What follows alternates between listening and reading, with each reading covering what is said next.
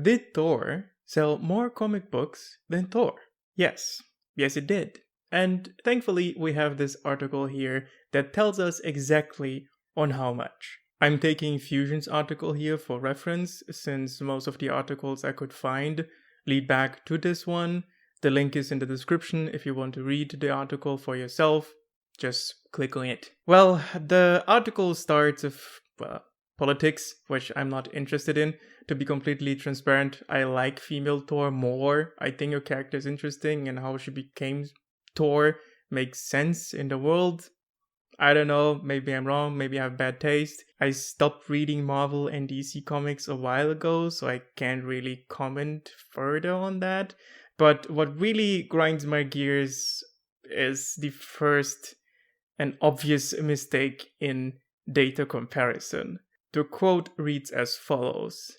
The first 5 new Thor books are currently selling more copies than the last 5 Thor books from 2012 by close to 20,000 copies per month, not including digital copies. So basically what the writer is doing here is comparing a 5-year-old car with a 5-day-old car and claiming that the 5-day-old car is in mint condition while the old car has rust, the brakes are loose, and the seating has lost its new smell. If you really wanted to compare 2 comic book series with each other, you would compare the first 5 against the first 5 and not the last 5 against the first 5. The reason being that issue 1 of a comic book series, generally speaking, tend to sell more.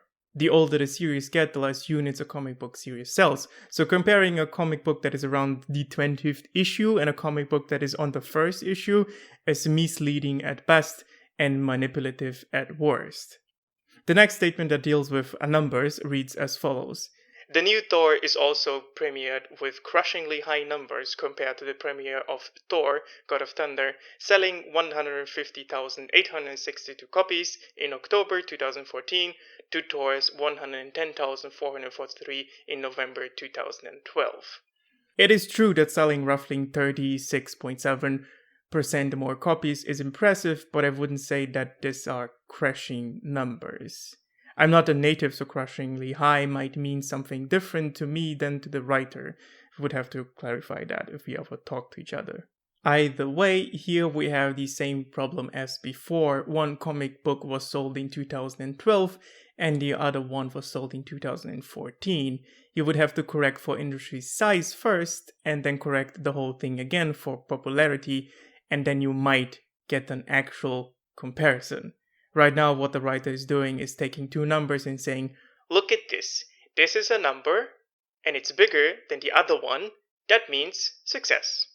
Little question here. Did Coca-Cola sell more units of Coke in 2000 compared to 1892? This is a rhetorical question. Of course it did, but if you wanted to compare those 2 years, you would have to correct for at least company size and popularity. Just saying 1 year sold more than the other means nothing if they are not playing on the same playing field. The rest of the article is more about stuff that doesn't really concern me, so I leave it at that. Summarizing, this article compares the numbers without correcting for anything and uses those numbers to try to prove that a female version of a comic book character can work, which is like a no-brainer. You don't need numbers to prove that. I think, for example, Wonder Woman would prove everyone otherwise if they claimed that women don't work. This is an opinion piece with some 5-minute research on numbers. To be honest, this is pretty much low-hanging fruit. Everyone should take a look at this and immediately realize that this piece is full of false equivalencies, and that is why I did my own research, because I wish it was true that Female Thor sold more than Thor, but unfortunately, well, if you correct for certain things, it comes down to 0. So, first, I looked at 3 different Thors. Mighty Thor, that ran from 2011 to 2012. Thor, God of Thunder, ran from 2012 to 2014. And finally, Thor, that ran from 2014 and 2015. Thor has only 8 issues, so what I did is take the estimated sold units from the site comiccron.com, which is the same site used in the article, and plugged those numbers in an Excel sheet.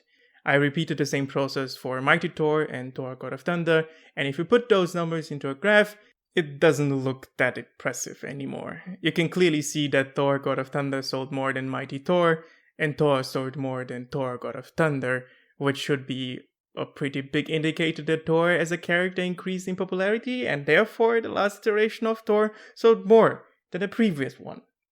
And one other thing you can see is that the first issue of all 3 comics sold more than the rest of the run, which again makes the comparison between the last 5 sold in a series and the first 5 sold in a series even worse.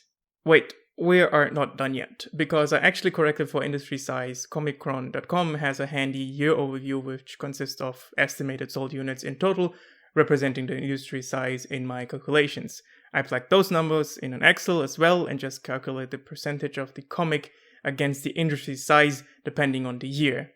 I did that with all 24 issues and put those into a graph as well, and what you see is basically the same thing you saw with the last graph, but now you can see that the difference between Thor and Thor God of Thunder and Mighty Thor is actually even smaller. If you calculate the difference between the first issue of Thor and the first issue of Thor God of Thunder, with the numbers corrected for industry size, you see that the number drops down to 20% compared to 36%. This is still a big number, but we also have to correct for character popularity, and this is where I don't know if I'm either am a big dumb or just don't remember how the equation is called to make estimated graphs. Instead of searching endlessly how to get an estimated graph, I just use the quick graph based on 2 numbers. If you have a better way to do this, feel free to comment down below. I would appreciate that. This is probably not the best way to do this kind of thing, but that's what I'm going to do. Either way, I picked a number in 2010, a number in 2018 in Google Trends for Thor and drew a line. It's probably the wrong way to do it. You should take all the numbers into account because that would be the right thing to do and make an estimated graph, but I just don't know how to do it. With those numbers, I just calculated the increase in popularity from 2011 to 2014 and 2012 to 2014, basically. The difference between Mighty Thor and Thor God of Thunder and Thor. The increase between 2011 and 2014 was 120%, meaning that the popularity increased by a factor of 1.2. It doubled basically, and the increase between 2012 and 2014 was 57%, meaning the popularity increased by a factor of 0.57. It grew half the size than before. With those numbers, we can get the original quote back.